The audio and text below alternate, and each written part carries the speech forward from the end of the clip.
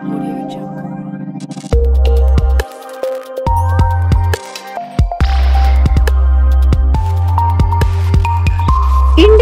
TV9 news Maharashtra.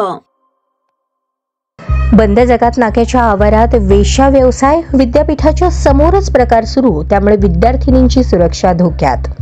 पुण्यश्लोक अहिल्यादेवी होळकर सोलापूर विद्यापीठाच्या अगदी समोर बंद असलेल्या जकात नाक्याच्या इमारतीत राजरोसपणे वेश्या व्यवसाय सुरू आहे।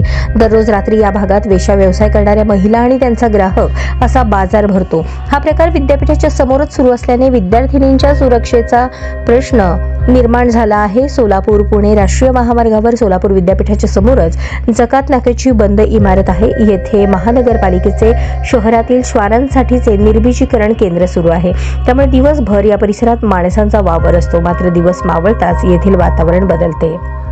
देहविक्री करणाऱ्या काही महिला या परिसरात दाखल होतात। जसजशी रात्र वाढते तसतशी या परिसरात आंबट शौकीनांची गर्दी वाढायला सुरुवात होते। पहाटेपर्यंत हा सर्व बाजार सुरू असतो। या परिसरात रात्री विजेचे दिवे बंद असतात। दोन मोठे हायमास्ट दिवे असताना या परिसरात अंधार असतो। यावरूनच या प्रकारात प्रशासनातील घटक सहभागी आहेत का असा संशय व्यक्त केला जातो आहे। रात्री उशिरापर्यंत विद्यापीठाच्या समोरील बस थांब्यावरून विद्यार्थिनी ये-जा करत असतात। अशा वेळी हा गंभीर समाज विघातक प्रकार राजरोसपणे सुरू आहे।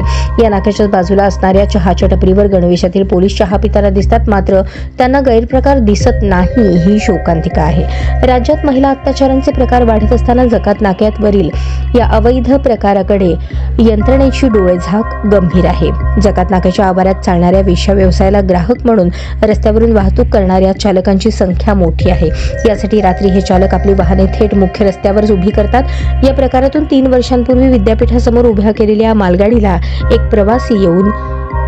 प्रवासी बस येऊन आदळली होती।